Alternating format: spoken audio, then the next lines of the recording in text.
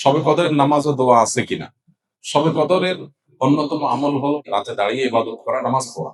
এই জন্য আমরা লাইলাতুল কদরে ইনশাআল্লাহ তৌফিক অনুযায়ী দুই রাকাত করে করে লম্বা লম্বা কেরাত, লম্বা লম্বা রুকু, লম্বা লম্বা সিজদা দিয়ে খুব মনোযোগের সাথে দীর্ঘ সময় নিয়ে আমরা নামাজ আদায় করার চেষ্টা করব। এটাই হলো লাইলাতুল কদরের নামাজ। এর কোনো রাকাত সংখ্যা নাই যে এত রাকাত পড়তে হবে। যার যতটুকু তৌফিক হয় 2 রাকাত, 4 রাকাত, 6 রাকাত, 8 রাকাত তারাবির পরে রাতভর আমরা সেই নামাজগুলো পড়তে থাকবো ইনশাআল্লাহ। নামাজের পাশাপাশি লাইলাতুল কদরে করার জন্য স্পেশাল আমল নবী করিম সাল্লাল্লাহু আলাইহি সাল্লামের পক্ষ থেকে রেকমেন্ডেড আমল একটাই আছে, সেটা হলো মা আয়েশা রাদিয়াল্লাহু তাআলা আনহা বর্ণিত হাদিসে যে দোয়ার কথা আমরা জানি সেটা হলো আল্লাহুম্মা ইন্নাকা আফুউন তুহিব্বুল আফওয়া ফাফু আন্নি। হে আল্লাহ, আপনি ক্ষমাশীল, ক্ষমাশীলতাকে পছন্দ করেন, অতএব আমাদেরকে ক্ষমা করে দিন। এই দোয়া বেশি বেশি করে করা। এর বাইরে আমরা জিকির, আজকার, তাসবিহ, কোরআন তেলাওয়াত, দোয়া, রোনাজারি এগুলোর মাধ্যমে পুরো রাত অতিবাহিত করার চেষ্টা করবো ইনশাআল্লাহ। নামাজের ক্ষেত্রে বিশেষ কোনো নামাজ নাই যে লাইলাতুল কদরের এরকম এত রাকাত নামাজ, প্রথম রাকাতে অমুক সূরা এতবার, তমুক সূরা এতবার, এরকম কোনো বিশেষ নিয়ম নাই। বরং অন্য যে কোনো নামাজের মতো যে কোনো সূরা দিয়ে আমরা নামাজগুলো পড়তে পারি। রমজানে কোনো ব্যক্তি হঠাৎ এমন অসুস্থ হয়ে গেল যে সাহারি খেয়ে রোজা রাখতে পারবে না, সেক্ষেত্রে ওই ব্যক্তির রোজার কাফারা কি হবে?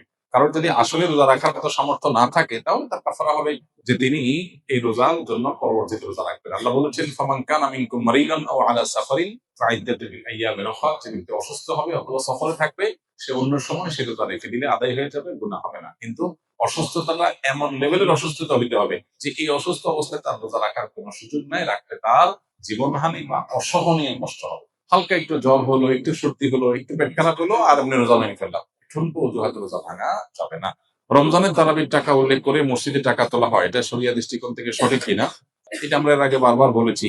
তারাবিতে বিশেষ করে হাফেজরা কোরআন তেলাওয়াত শুনিয়ে টাকা গ্রহণ করা জায়েজ নাই, দেওয়াও জায়েজ নাই। হ্যাঁ, হাফেজরা যেহেতু রমজানে মসজিদে তারা তারাবি না ওয়াক্তিয়া নামাজও তাদের পড়াইতে হয়, সেক্ষেত্রে ওয়াক্তিয়া নামাজের ইমাম হিসেবে তাদেরকে নিয়োগ দিয়ে নিয়মতান্ত্রিক ভাবে বেতন দেন, বোনাস দেন, সেটা ঠিক আছে এবং সেটার জন্য টাকা নিলেও অসুবিধা নেই। রমজানে ফজরের নামাজ পড়ে ঘুমায় কেন সবাই, যেখানে অন্যদিন সমূহে ফজরের নামাজ পড়ে ঘুমাতে নিষেধ করা হয়েছে? ফজরের নামাজের পর ঘুমাতে সরাসরি কোরআন বা হাদিসে নিষেধ করা হয়, তবে কোরআন এবং হাদিসের আলোকে ওলামায়ে কেরাম সকালের ঘুমকে অনুত্তম বলেন। এর মানে এই না যে সকালের ঘুমটা কোরআন বা হাদিসে পরিষ্কারভাবে নিষিদ্ধ। একটা সময় নবী সাল্লাল্লাহু আলাইহি ওয়াসাল্লাম ঘুমাতে অপছন্দ করতেন, সেটা হলো মাগরিবের পরে। আয়েশা রাদিয়াল্লাহু তাআলা আনহা বলেছেন কানা নবী সাল্লাল্লাহু আলাইহি ওয়াসাল্লাম ইয়াকরাহু আন-নাওমা ক্বাবলা আল-ইশা ওয়াল হাদিসা বা'দাহ। নবীজি এশার আগে ঘুমানো অপছন্দ করতেন আর এশার পরে কথা বলা অপছন্দ করতেন। এশার পরে ঘুম আর এশার আগে কোনো ঘুম না।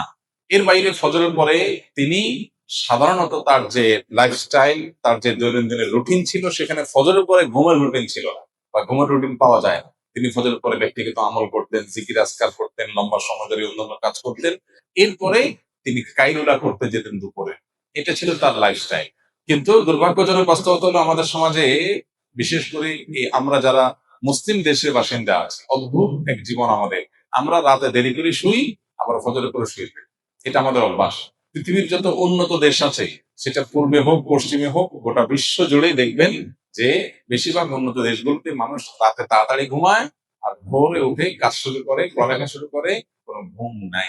মুসলিম কান্ট্রি গুলো অদ্ভুত যে আমাদের অভ্যাসটা হলো তার উল্টা। মিডিল ইস্টেও বলেন, এশিয়াতেও বলেন, মুসলমানদের অবস্থায় অর্থাৎ নবীজি সাল্লাল্লাহু আলাইহি ওয়াসাল্লামের সুন্নাতটা আমাদের মধ্যে নাই, অমুসলমানদের মধ্যে তাদের হয়তো অজ্ঞাতসারেও তাদের মধ্যে আছে।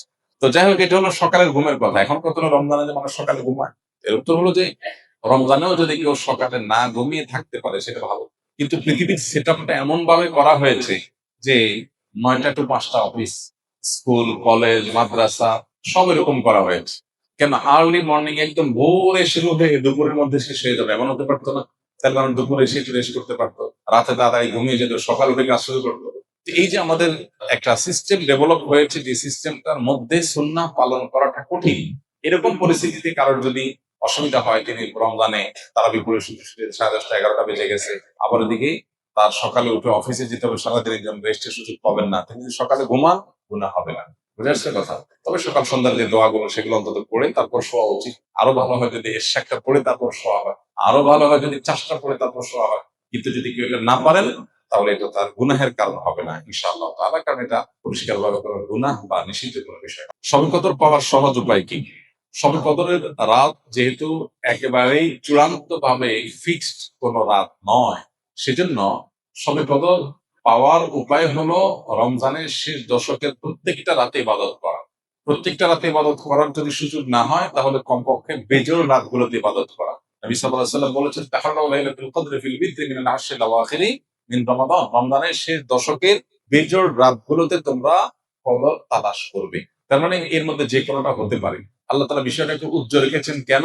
হাফেজ ইবনে হাজার আসকালানী রাহমাতুল্লাহ আলাইহি বিশ্ববিখ্যাত হাদিস ব্যাখ্যাতা, হাদিস বেত্তা, তিনি সহিহ বুখারীর বিখ্যাত গ্রন্থ ব্যাখ্যা গ্রন্থ ফাথুল বারীতে লিখেছেন যে আল্লাহ রাব্বুল আলামিন লাইলাতুল কদর নির্দিষ্ট একটা রাতকে ফিক্সড করে না দিয়ে, এই যে শেষ দশক আবার বেজোড় রাতগুলোর মধ্যে সম্ভাবনা বেশি, এটা করেছেন যাতে করে আমরা বেশ কয়েকটা রাত ধরে ইবাদত করতে পারি। এখন মনে হতে পারে এটা তো আমাদের কষ্ট হচ্ছে, আমাদের জন্য বোঝা হলো, ফিক্সড হলে তো আমাদের জন্য সহজ হয়ে যেত। মরার পর যখন আমলনামা হাতে পাবো, তখন মনে হবে ইস, এই লাইলাতুল কদর আল্লাহ শেষ 10 রাতের মধ্যে রেখেছেন। পুরো রমজান রাখতেন তাহলে 30 রাত ধরে ইবাদত করতে পারতাম। কারণ তখন লাভটা চোখে আসবে এবং দেখা পড়বে। এই জন্য লাইলাতুল কদরের জন্য শেষ সাথে বেশি বেশি ইবাদত করতে হবে। এটা হলো লাইলাতুল কদর পাওয়ার সহজ উপায়। আরেকটা সহজ উপায় আছে, সেটা হলো যে ইতিকাফ, যেটা এতক্ষণ বললাম। আপনি মসজিদে যদি ইতিকাফ করেন, তাহলে লাইলাতুল কদর পাওয়াটা এমনিতেই সহজ হয়ে যাবে। এমনকি ইতিকাফকারী ব্যক্তি, যদিও শেষ দশকে নবী সাল্লাল্লাহু আলাইহি ওয়াসাল্লাম রাত জেগে থাকতেন, যদি কোনো কারণে তিনি ঘুমাতে হয়েছে, ঘুমিয়েছিলেন, তারপরে ইতিকাফকারী ব্যক্তি ঘুমাইলেও সেটা ইবাদতের মধ্যে। বাসার ঘুম আর মসজিদে ইতিকাফকারী ঘুমের মধ্যে পার্থক্য আছে। মসজিদে অবস্থানটাই ইটসেলফ একটা ইবাদত। অতএব আপনি যদি চান যে আমার লাইলাতুল কদর মিস না হোক, তাহলে তার জন্য সবচেয়ে মোক্ষম সুযোগ এবং সবচেয়ে সহজ উপায় হলো ইতিকাফ করা। ইতিকাফ অত্যন্ত প্রেমময় একটি ইবাদত, যেটা খুব ভেতর থেকে ফিল করা যায়। আল্লাহর সাথে একান্তে কথা বলা যায়।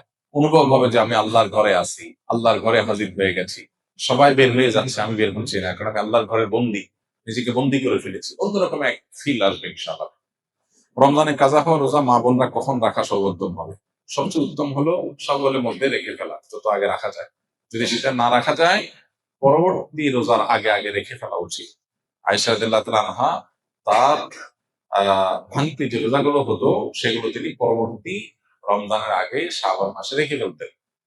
তিনি এর মধ্যে রাখতে পারতেন না কেন? কারণ নবী সাল্লাল্লাহু আলাইহি ওয়াসাল্লাম তার সাথেই থাকতেন, এবং নবী সাল্লাল্লাহু আলাইহি ওয়াসাল্লাম সাথে থাকার কারণে, স্বামীর সাথে থাকার কারণে স্বামীর হাজত বা প্রয়োজনকে মাথায় রেখে তিনি রোজা রাখতে সুযোগ পেতেন কম।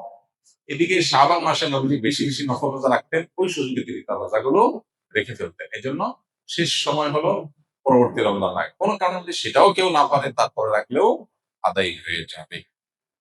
রোজা রেখে কোন আমলগুলো করলে সওয়াব সবচাইতে বেশি? রোজা রেখে সবচেয়ে গুরুত্বের সাথে যে বিষয়টা খেয়াল করা দরকার, সেটা হলো সকল প্রকার গুনাহ থেকে বেঁচে থাকা।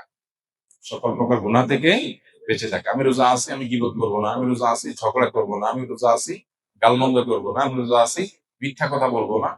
আমি রোজা আছি, হারাম কোনো জিনিস ফেসবুকে, ইউটিউবে, মোবাইলের বাইরে, অফলাইনে, অনলাইনে কোনোভাবেই দেখবো না। এই জিনিসটা হলো রোজার মধ্যে সবচাইতে গুরুত্বের সাথে আমাদের করা দরকার। আমরা বেশিরভাগ মানুষ নফল আমল করি, ফরজের খবর নেই। আমরা কোরআন তেলাওয়াত করি, আমরা ওয়াজ শুনি, আমরা জিকির আজকার করি, কিন্তু আমি মোবাইলে হারাম জিনিস দেখি, ভিডিও দেখি, মিউজিক শুনি, ইচ্ছায় অনিচ্ছায় আমার জ্ঞাতসারে গুনাহ করি, তাহলে আমার রোজা পুরো ফজিলতটা নষ্ট হয়ে যায়। নবী সাল্লাল্লাহু আলাইহি ওয়াসাল্লাম বলেছেন, রব্বা সাইমিন লাইসা লাহু মিন সিয়ামিহি ইল্লাল জু'। বহু রোজাদার আছে, রোজা থেকে উপোস থাকা ছাড়া তার কোনো উপকার হয় না। সেজন্য এই জিনিসটা খেয়াল করা দরকার। আর এর পাশাপাশি নফল আমলের ভিতরে সবচেয়ে বেশি করণীয় কোনটা, যদি সেটা বলেন তাহলে বলবো রমজান মাসে কোরআনে কারীমের প্রতি আমাদের বিশেষ গুরুত্ব থাকা উচিত। এর বাইরে দোয়াটা বেশি বেশি পরিমাণে করা দরকার আমাদের।